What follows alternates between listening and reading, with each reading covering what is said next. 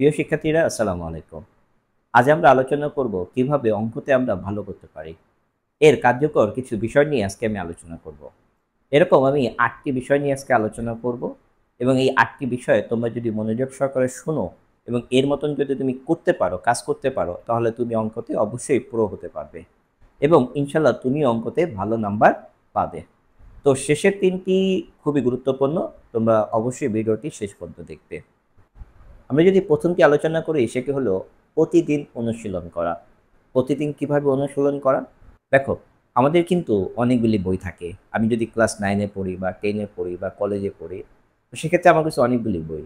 তো এই বইগুলি সবগুলো আমাদের কী করতে হয়? কমপ্লিট করতে হয়। কিন্তু তোমাকে মনে রাখতে হবে অঙ্ক এমন একটি সাবজেক্ট যেটা হলো প্র্যাকটিসের ব্যাপার।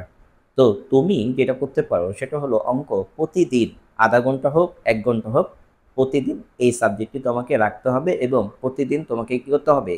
অনুশীলন করতে হবে। এটি হলো আমাদের প্রথম পদক্ষেপ। দ্বিতীয়টি যদি যাই সেটা হলো মৌলিক ধারণা পরিষ্কার করা। মৌলিক ধারণা পরিষ্কার করা মানে কি? বেসিক কনসেপ্টটা তোমাকে বুঝে বুঝে পড়তে হবে। দেখো, সূত্র শুধু মুখস্থ করলেই হবে না বা নিয়ম শুধু মুখস্থ করলেই হবে না। তোমাকে সূত্রগুলির সাথে সাথে কিভাবে অঙ্কগুলি করতেছি, এই নিয়ম কিভাবে করতেছি অনুশীলনের মাধ্যমে জানতে হবে এবং বুঝতে হবে এবং কিভাবে হলো এই অঙ্কটা সেটাও তোমাকে বোঝার চেষ্টা করতে হবে। ৩ নম্বর হলো উদাহরণ ও অনুশীলনী সমাধান করা। বিষয়টা কি? বিষয়টি হলো দেখবা আমাদের প্রত্যেকটা চ্যাপ্টারের পূর্বে কিছু উদাহরণ থাকে।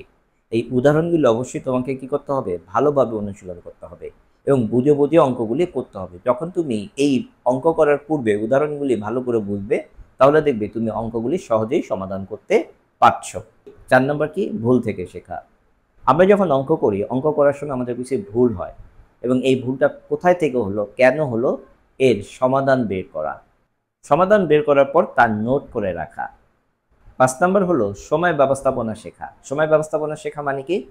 এর মানে হলো আমাদের সময়ের অঙ্ক সময় করতে হবে। সময়ের অঙ্ক সময় কীভাবে? দেখো, আমাদের কিন্তু এক্সামের সময় আমরা সঠিক সময়ের ভিতরে যদি সবগুলো সমাধান না করতে পারি, তাহলে কিছু আমরা প্রপারলি নাম্বার পাবো না। আমাদের কিছু ক্লাস টেস্ট হয় এবং আমাদের বাসায় টিচাররা আমাদের একটা টাইমের ভিতরে লিখতে বলে। তো এই টাইমের ভিতরে যদি আমরা লিখতে পারি, এর জন্য তোমাকে বেশি বেশি অনুশীলন করতে হবে এবং পরীক্ষার সময় যে টাইমটা দেয় সেই টাইমের ভিতরে আমরা জানি সব সমাধান করতে পারি। এর প্রস্তুতি তোমার আগেই অনুশীলনের মাধ্যমে করা। এর জন্য তোমাকে বেশি বেশি কি করতে হবে? প্র্যাকটিস করতে হবে এবং কিভাবে দ্রুত তুমি লিখতে পারো সেটা তোমাকে বেশি পরীক্ষার আগেই এটা বারবার প্র্যাকটিসের মাধ্যমে হাতের লেখা দ্রুত করতে হবে। ৬ নম্বরের কথা যদি বলি সেটা হলো শর্টকাট ও কৌশল ব্যবহার করা। দেখো, আমরা অঙ্ক করার সময় কিভাবে খুব অল্প সময়ের ভিতরে অঙ্কগুলি করতে পারি, এই জন্য তোমাকে কি করতে হবে? কিছু ট্রিক ব্যবহার করতে হবে এবং হিসাবগুলোকে কিভাবে সহজে করা যায় সেই শর্টকাট তোমাকে বুঝি বা কৌশলগুলি তোমাকে আয়ত্ত করতে হবে। তাহলেই কিন্তু তুমি একদম ঠিক সময়ের ভিতরে অঙ্কগুলো সমাধান করতে পারবে। ৭ নম্বর হলো পূর্ববর্তী বছরের প্রশ্নগুলির সমাধান করা। কিভাবে? দেখো, তুমি ধরো ২৬ সালে এসএসসি দিবা, তাহলে ২৫ সালে ২৪ সালে কি রকম অঙ্ক দিল এই অঙ্কগুলি তোমাকে দেখতে হবে এবং এর সমাধান করতে হবে। ওই টাইপের অঙ্কগুলি তোমাকে সমাধান করতে হবে এবং এভাবে তুমি যদি প্র্যাকটিস করো তাহলে তুমি অঙ্কতে দ্রুত অগ্রসর হতে পারো। ৮ নম্বর হলো শিক্ষক এবং সহপাঠীদের সাহায্য নেওয়া। দেখো, আমরা অঙ্ক করার সময় অনেক সময় আমাদের অঙ্কগুলি ভুল হয় বা আমরা অঙ্কগুলি সমাধান করতে পারি না। কিন্তু তুমি সমাধান করতে পারো না এর মানে কি অঙ্কটা রেখে দিবা? না। এরপরে তুমি যেটা সমাধান করতে পারো না সেটা তুমি নোট করে রাখবা। এরপরে তুমি কি করবা? তোমাদের শিক্ষক বা তোমাদের সহপাঠীর সাথে এটা আলোচনা করবা যে এটা কিভাবে ভুল হলো। তুমি যদি এটা রেখে দাও তাহলে কিছু এটা তুমি আর শিখতে পারবা না। তাহলে তোমার কাছে অঙ্কের যে ঘাটতি সেটা কিছু থাকবেই।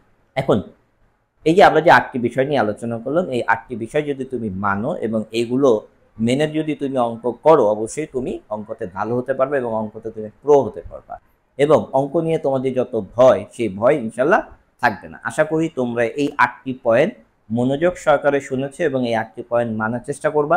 যদি এই ভিডিওটি তোমার ভালো লাগে তাহলে তোমাদের সহপাঠীদের অবশ্যই শেয়ার করবা। আর যদি তোমার ছোট ভাই থাকে তাহলে তাকেও শেয়ার করবা। আর আপনারা আপনার সন্তানদেরকে এই ভিডিওটি শেয়ার করতে পারেন আপনারা যদি এই ভিডিওটি দেখেন।